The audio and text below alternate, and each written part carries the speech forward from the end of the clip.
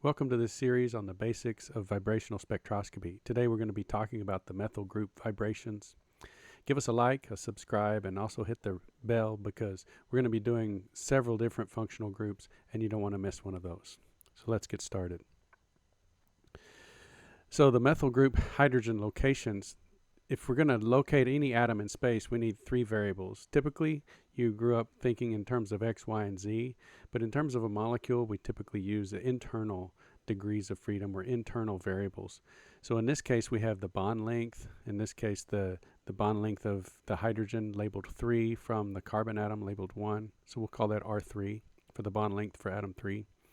There's also the angle between 3, 1, and 4. So all of these have the carbon atom in common. And so we'll just label that with theta 3, 4 to get the absolute angle between those three atoms. And then phi 3, 5, that's the angle with respect to the opposite end of that methyl group. In this case, we have a chlorine atom really to serve as a placeholder. So we're focusing on the methyl group. You could substitute that chlorine atom with a benzene ring or the rest of a larger molecule. Let's just focus on the methyl group so we can understand the strange behavior of these three atoms. Now, these variables are grouped according to their force constants. All three of these are CH bonds, and so they have the same bond strength. And so naturally, when they vibrate, they're going to talk to each other. And so they're grouped. The three bond stretches are going to be grouped naturally. And then the angle bends, the thetas are going to be grouped naturally, and so are the phis. So we have these different groupings that will have a very familiar symmetry. You'll start to see the same kind of behavior translated into these three groupings. Now there are slight changes in the frequencies of these based upon the amounts of mass that are moving, and so that's the reduced mass.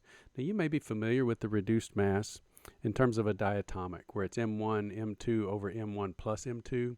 And that's not the case here. We have multiple atoms moving, and so the reduced mass is pretty complicated.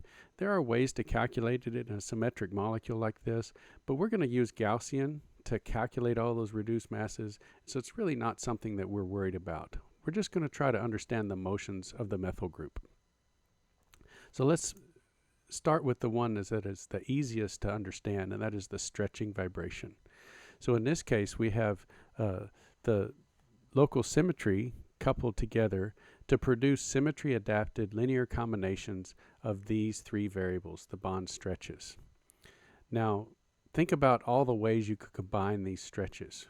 We come in with three stretches, and so we need three wave functions to come out of these three stretches. It's not going to just be bond 1 stretching and then bond 2 stretching, because they have the same spring constant. So as soon as you start to move bond 1, bond 2 is going to move too. So this is how these three stretches combine. And so we could stretch all three bonds at once. So you can see here R2, R3, and R4. Those are all three of our bond stretches. And they all have the same sign in front of them. So I really want you to focus mostly on the sign of these. Now this isn't truly a wave function. It's really like a shorthand for describing what goes into the wave function.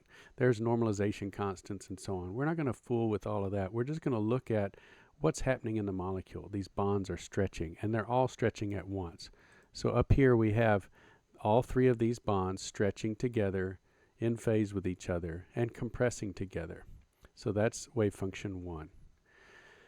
Now, we try to combine these in ways that will map onto the Cartesian coordinates. And so notice that the hydrogens are all stretching together, and they're going along the z-axis up and down. So that top one, wave function 1, has z symmetry.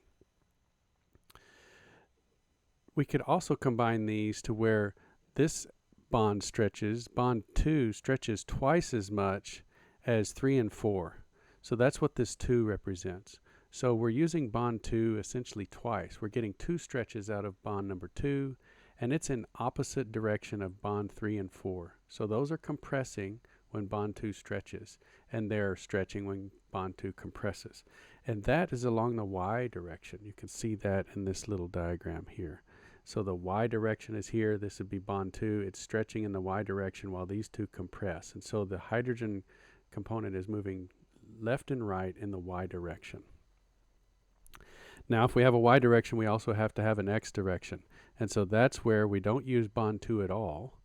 And we have bond 3 stretching while bond 4 is shrinking. And so that's what we have in this case in the x direction. So you see down here, bond 3 and 4 are behaving opposite of each other. That's what we see with this negative sign. R3 is positive and R4 is negative. And that would be a stretch in the x direction. So you can see the x-axis here. This idea of a symmetric stretch where all of them have the same sign, and then the two asymmetric stretches where one is used twice and not at all in the second one, we see occur with the angles too. So let's look at the angles. Okay, so here we have these three angles, and we can't really increase all three of these angles very much, and so we're going to take that symmetric one and we're gonna set it aside. That's going to be the umbrella mode. So let's just look at the ones where they're asymmetric. Now, there's only two of these deformations because angle 3,4, theta 3,4 is fixed by the definitions of 2,3 and 2,4. So if 2,3 and 2,4 are both increasing, you see that shrinks angle 3,4. And so here 2,3 and 2,4 are increasing together. They're in phase with each other, so that would be wave function 4. And wave function 5 is when they have opposite sign. When 2,3 increases, 2,4 decreases. And 3,4 doesn't change in that situation. So these are the methyl deformation wave functions. Then we have the umbrella mode, and these are defined by those phi angles. When all three of those phi angles increase together, we end up with an umbrella mode. And it's called that because when your umbrella inverts in a storm, it looks just like this. And so that's the umbrella mode. It's one of those fun historical names for these types of vibrations. So the umbrella mode is when all the atoms are changing their angle together, and these are the bending modes for the methyl group. Now let's look at the rocking wave functions. So here we have another one of those two minuses. So we're using twice the amplitude on this angle 2,5. You see here, it's changing the most, and it's decreasing when 3 and 4 increase. And it's increasing when 3 and 4 decrease, so that's what the negative signs are for. And so that's the rock in the y direction. And then the rock in the x direction would be the angle 2,5 not changing at all, and 3,5 and 4,5 being opposite of each other. So when 3,5 increases, 4,5 decreases. And you can see that from the animation, I hope. So those are all of the bends and the stretches for the methyl group. So this is where they show up in the spectral regions. Up around 3,000, you have your bond stretches for the CH bond. This was calculated at a 6-31G with D polarization functions on the carbon. So that comes in a little bit high. These would definitely be below 3,000. So this is a simulated spectrum. So it's a little bit high. But it's in the region of 3,000 wave numbers is where you see the CH stretches. You see that the symmetric stretch, because we're pulling away from that carbon atom, and it's hard to pull on all three of those springs at the same time, that has a higher force constant. And so therefore it has a higher frequency. It's easier to pull on one spring while the other two springs compress, because that electron density can allow that deformation to occur. And so that's a little bit easier to pull. It's a little smaller spring constant, and so you get a lower frequency here. These, being X and Y modes, are roughly degenerate. So that means they have the same energy levels and they have the same frequency. So that's why this peak is twice as high. So those are your CH stretches. Then we have the two deformations. Okay, we have the X and Y deformation here, and then we have the umbrella mode. Now the umbrella mode is higher, not because it has a degenerate state, but because it has a higher dipole moment change. So when all of those hydrogens are flowing past the carbon, you get a stronger dipole moment, and when they come back, you get a less of a strong, or maybe even the opposite direction on that dipole moment. And the intensity in the infrared spectrum is proportional to the change in dipole moment. And here we have the rocking motions of the methyl. I've rotated this one so that you can see it a little easier. And those show up here around 1,000. And then just to complete the whole thing for all 9 vibrations of this molecule with 5 atoms, we have the carbon-chlorine stretch down here at 700 wave numbers. So that's the full vibrational analysis of methyl chloride.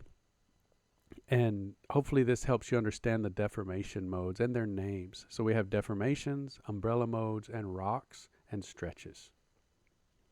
Like I said, be sure to hit the bell because there'll be other videos on the basics of spectroscopy and vibrational spectroscopy coming, and I'd like for you to be notified when those come out. So have a great day.